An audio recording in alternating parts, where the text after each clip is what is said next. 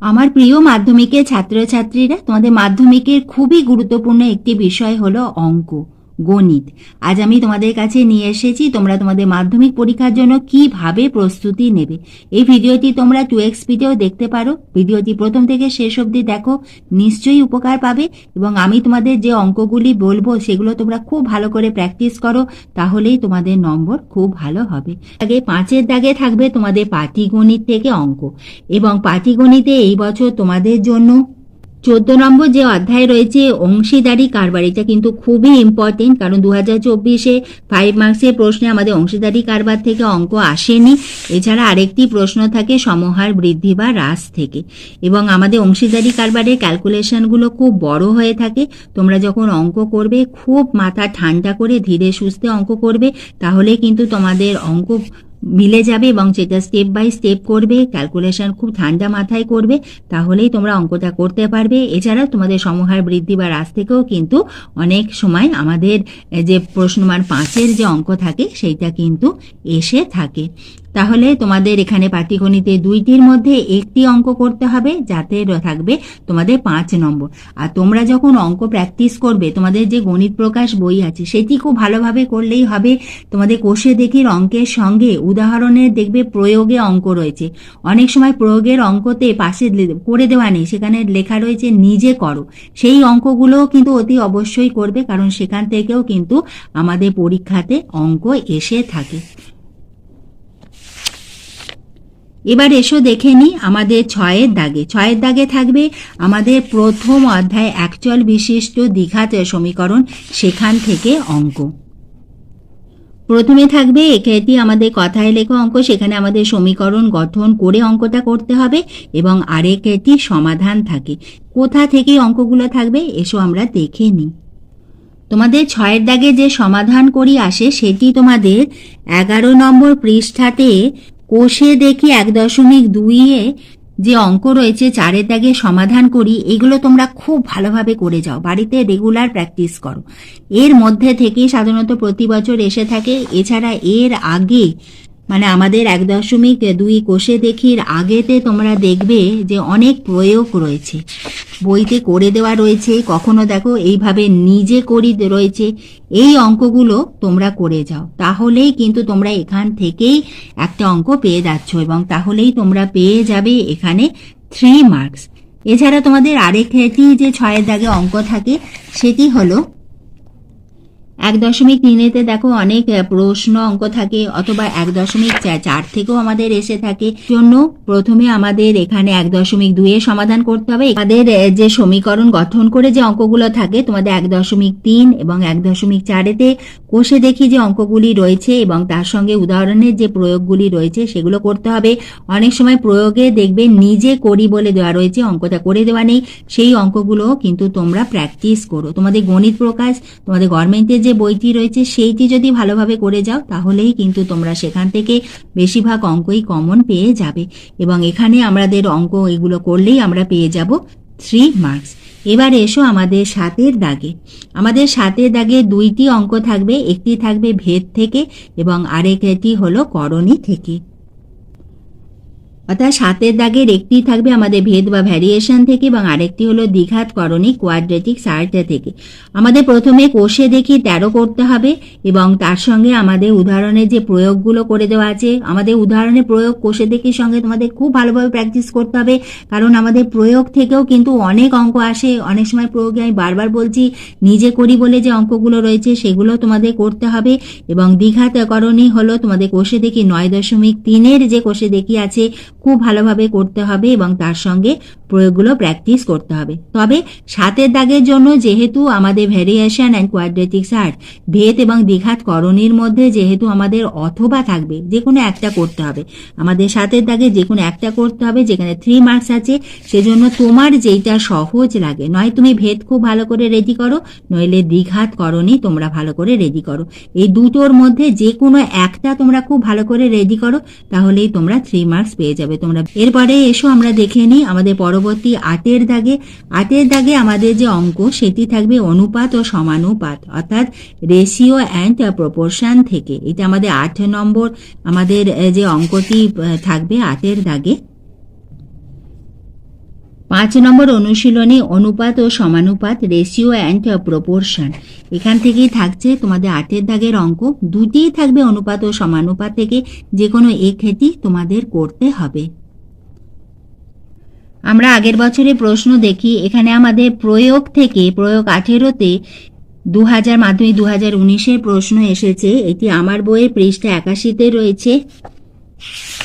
এরপরে দেখো, ওটা ছিল কোষে দেখি 5.1-এর আগের প্রয়োগ।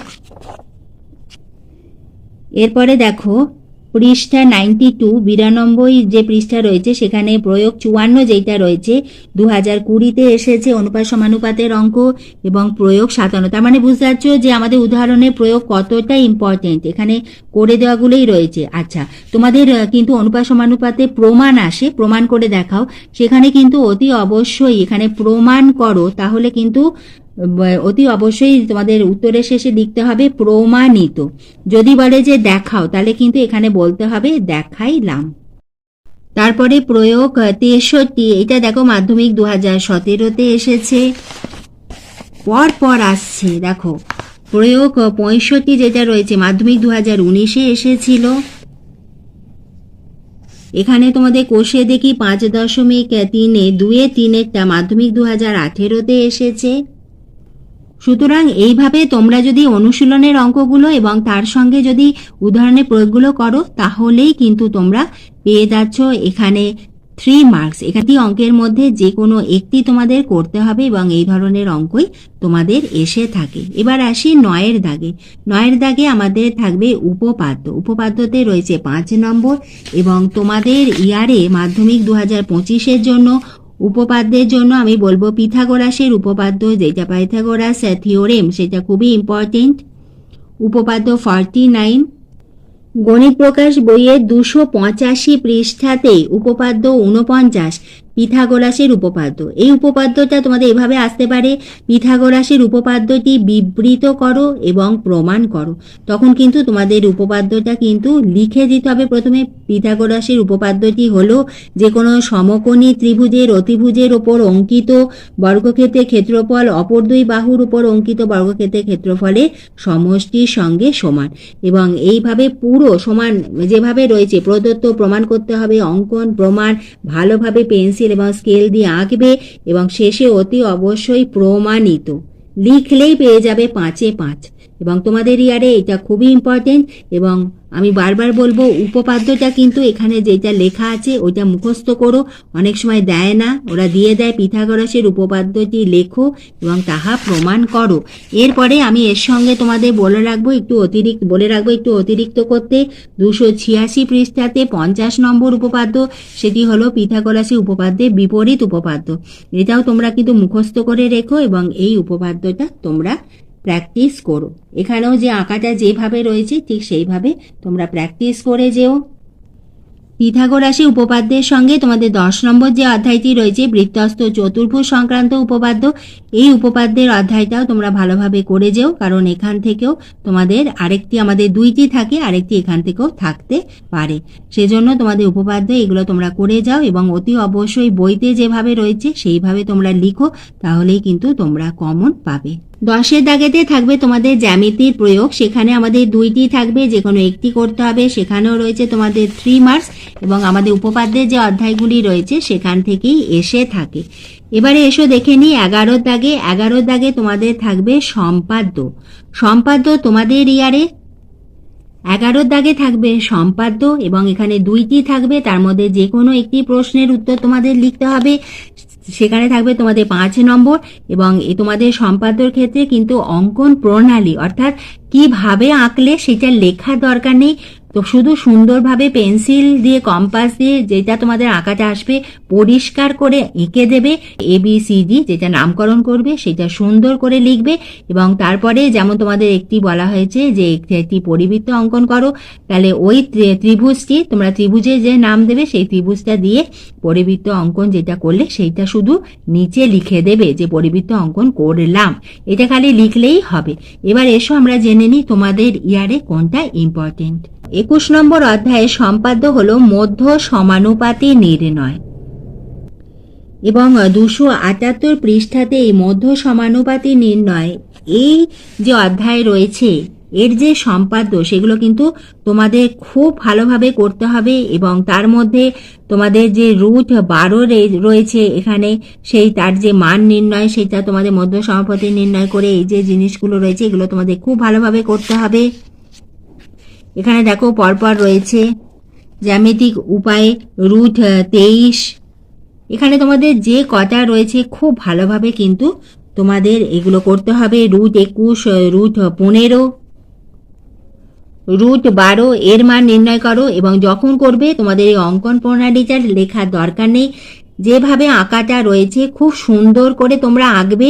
অতি অবশ্যই এখানে যে A, B, C যে নামগুলো দেওয়া রয়েছে সেগুলো কিন্তু দেবে। এই পাশে যেমন সেন্টিমিটার তোমাদের যেইটা থাকবে সেইটা অনেক সময় কি হয় না আমাদের এখানে যে মানগুলো রয়েছে সেইটা অনেক সময় আমাদের চেঞ্জ করে দেয়, এখানে 12 রয়েছে তোমাদের হয়তো অন্য কিছু এলো, কিন্তু তোমাকে ঠিক এইভাবে সঠিকভাবে আঁকতে হবে এবং সেখানে নাম তোমাদের লাস্টে এখানে মধ্য সমানুপাতি যে প্রমাণটা রয়েছে সেইটা এইভাবে কিন্তু তোমরা লিখে দেখিয়ে দিও। পুরো কিভাবে আঁকলে সেইটা কিন্তু তোমাদের লেখার কোনো দরকার নেই।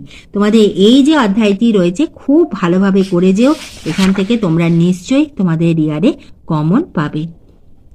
মধ্য সমানুপাতি তোমরা করছোই, তার সঙ্গে তোমরা আচ্ছা এখানে বইয়ের পাতা আমি যখন উল্টাচ্ছিলাম এখানে দ্বিঘাত করণীতে আমি 2টি অঙ্ক পেলাম।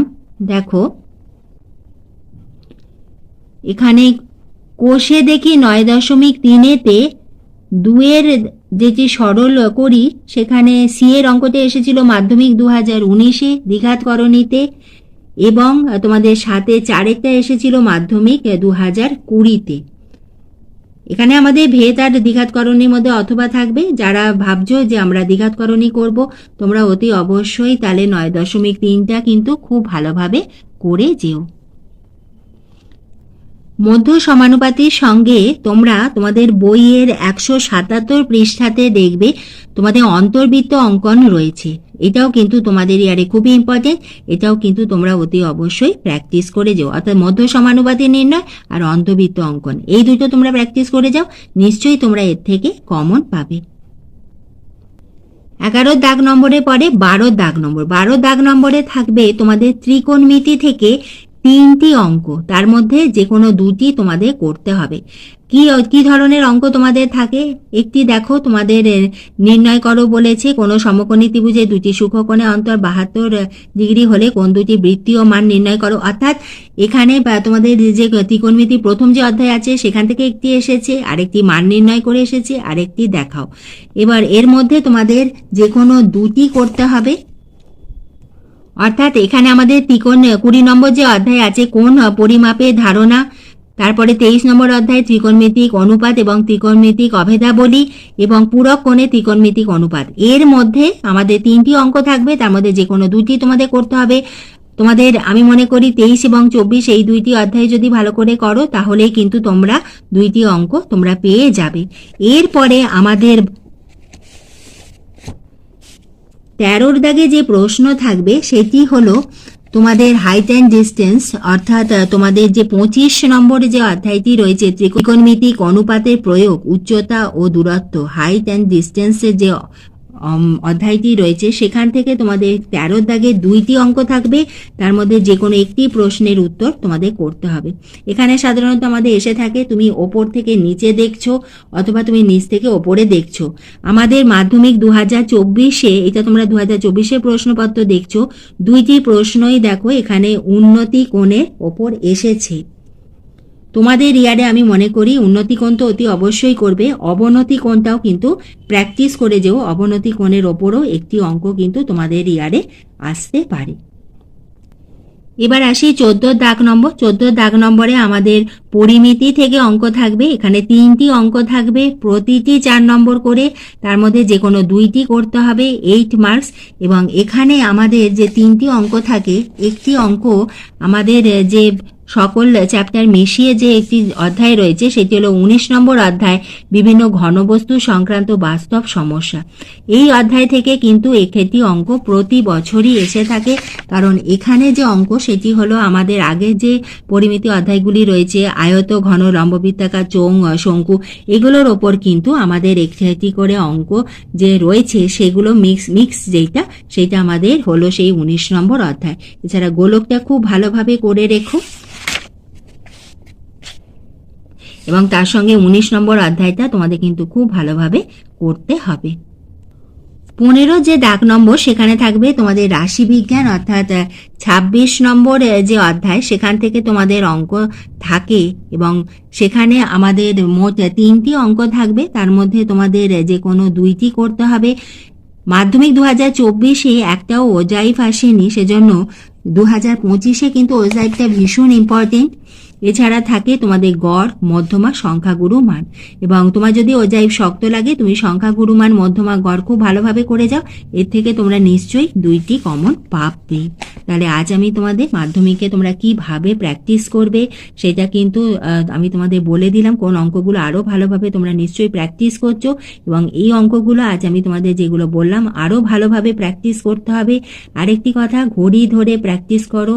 তোমাদের সময় 3 ঘন্টা, তোমরা 2.5 ঘন্টা সময় ধরে অঙ্কটা তোমরা পরীক্ষা দাও এখন, তাহলে নিশ্চয়ই তোমাদের অনেক প্র্যাকটিস হয়ে যাবে, বুঝতে পারবে, আর একক ঠিকভাবে লিখবে। আরেকটি খুবই গুরুত্বপূর্ণ বিষয় যে তোমরা অতি অবশ্যই অঙ্কটা কিন্তু মিলিও, যে তোমাদের অঙ্ক হয়ে যাবার পরে কোনো ভুল করেছো কি, একক ভুল করেছো কি, উত্তর লিখেছো কি, আর সঠিক দাগ নম্বর কিন্তু ভীষণ ইম্পর্টেন্ট।